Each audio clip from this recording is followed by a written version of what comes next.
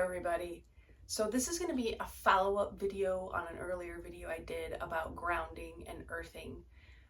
This video is going to be a little bit more advanced to talk about some of the challenges specifically with indoor grounding. But if you want to go back to the basics, I'll throw a link to my previous video in the subnotes and check that out just to get you started, and then come on back here. So those of you who are already familiar with grounding or earthing, I want to talk a little bit about some of the challenges that you may have when you try to do indoor grounding. This is definitely particularly relevant for those who live in climates that are a bit harsh in the winter and it's not as comfortable to be outside getting that natural grounding from the earth. So you can get it indoors, but there's some things you need to be aware of that most people tend to overlook.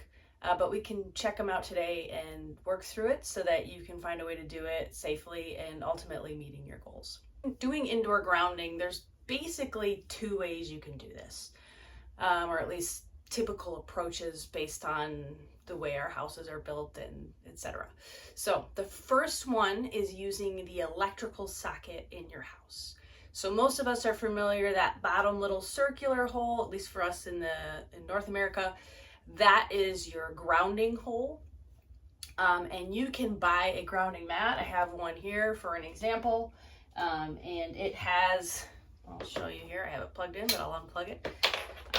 It has that little circle right there that's designed to go directly into that outlet. I'm going to put that back. And then I have my mat here grounded. The other thing you can do is you can buy a grounding rod. And I'll throw some links in the notes to purchasing these types of products. They're not that hard to find, but I'll give you the ones that I recommend. And the cool thing about this particular grounding rod is it has that little hole receptor that actually can connect to the other one. So if you end up buying a mat that only is designed to go into the electrical socket, you can buy one of these and you can actually just connect that and say, hey, I prefer to use a grounding rod. Either way, so that works out well. Now, of these two methods, whichever one will work better for you, it might depend. There are some challenges to indoor grounding. And one of them is you want to make sure that your grounding product is actually contributing to less current and electricity running through your body from the elements around you and not more, right?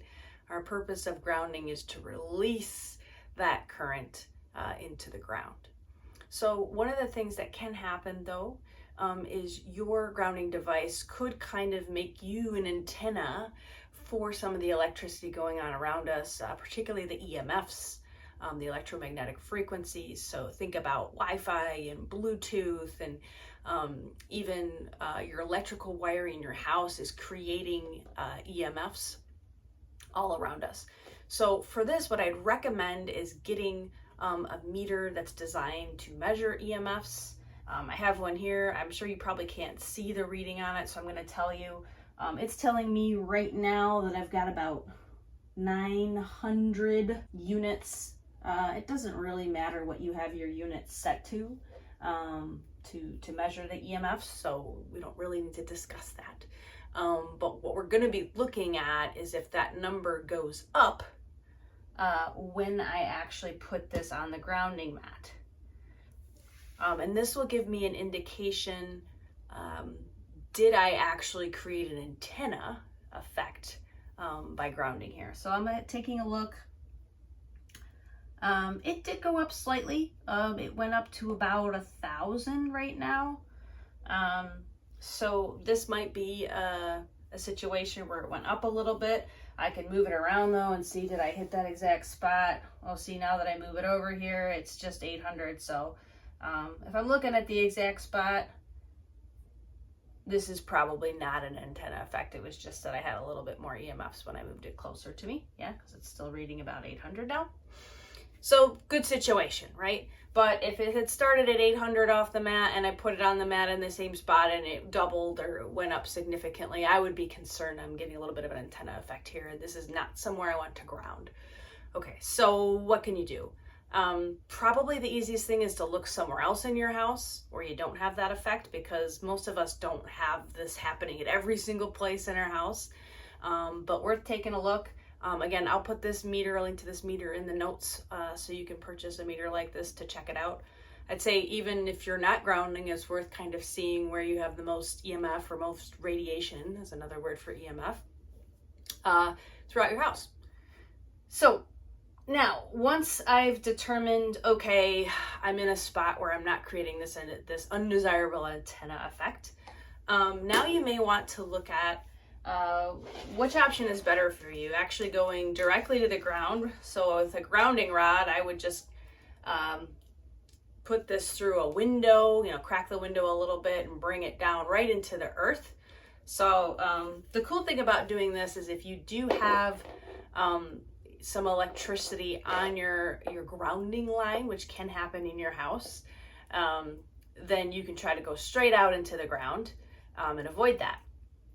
Most of us have no idea if that's happening though, so the best thing we can do is we can actually test this, or at least test which way is going to have less voltage, right? So you can say, hey, let's test how a ground will be right into the ground versus what's it look like on my house's electrical system. And then you can say, oh, this one's better, so I can use this in my house and have the safe, desirable grounding effect that I'm looking for. All right, so how do I test which is the better option, the grounding rod option or being hooked to the ground in my house? So you're gonna get a voltmeter like this. These are relatively inexpensive. I'll throw a link down in the subtext. You're going to move this little dial to volts, okay? And then what we're going to do is we're basically going to use ourself as kind of the baseline here. We're going to hold on to the metal end of one of these probes, and the other end should touch the grounding mat. Okay, right now I'm hooked up to the electrical socket in the house. I'm getting about 250 millivolts. Okay, now what I would do to test the difference is I would hook up, instead of to the electrical socket, I would hook it up to the grounding rod, and I would do the same exact test, right? So we said we can hook it right up here, and then I would test the mat again and see what it gives me. So whichever one is smaller, that's going to be your preferred way of grounding, because the higher number is going to mean there's more voltage on that grounding line. Okay? All right, so I hope this helped you out a little bit more advanced way at looking at grounding, but to make sure you're getting what you want, you don't want to add voltage and current running through your body through the grounding process. You want to subtract it, and this is how you do it. Thanks.